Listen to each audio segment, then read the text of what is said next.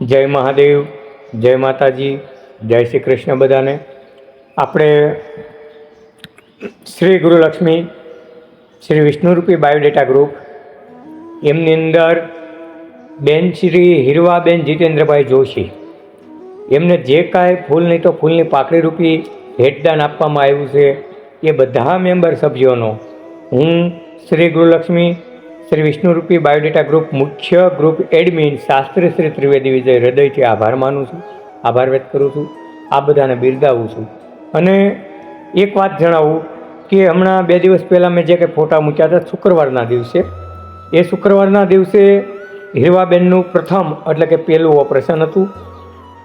એ operation 12:30 એમને ઓપરેશનમાં લઈ જવામાં આવ્યા. 3.5 કલાક સુધી એમનો ઓપરેશનનો કાર્યક્રમ ચાલ્યો.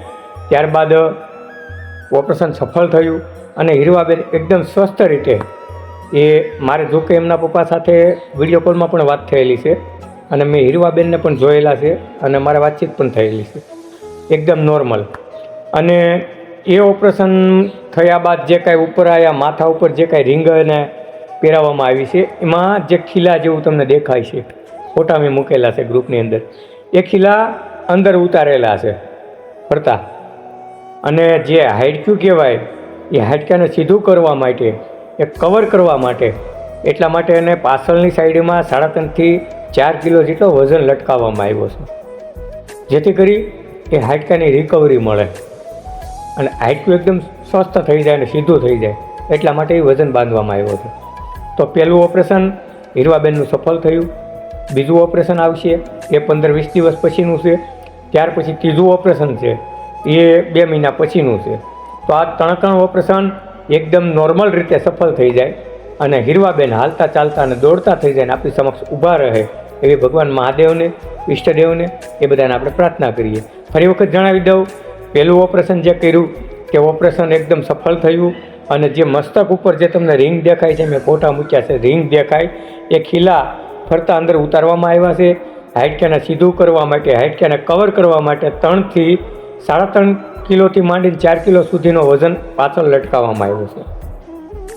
એમના ફાધર એટલે કે જીતેન્દ્રભાઈ સાથે, હીરવાબેનના પપ્પા સાથે મારે વિડીયો કોલમાં વાતચીત થઈ.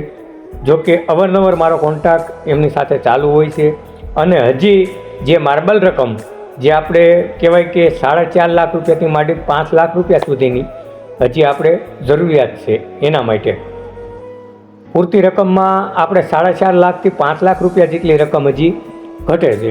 એના માટે પણ અમારો પૂરેપૂરો પ્રયત્ન છે હજી.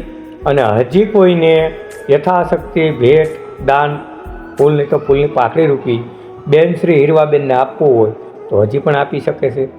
અને એ જણાવી દઉં કે 3 મહિના સુધી ત્યાં રોકાવાનું થશે મુંબઈ બીજવાડિયા હોસ્પિટલ. આ લોકોને, હીરવાબેનને, એમના પપ્પાને અને બધાને, તો 3 મહિના સુધી કન્ટિન્યુ એ લોકો ત્યાં રહેવાના છે. તો ત્યારબાદ રજા જ્યારે આપશે ત્યાર પછી હીરવાબેનને થોડોક આરામ કરવો પડશે. ત્યાર પછી આપણે એમને ખબર અંતર ફરી વખત પૂછ્યું, થોડોક આરામ થઈ ગયા બાદ તે લોકોને અહીંયા બોલાવશું, એ પણ આપણે કાર્યક્રમ કરીશું.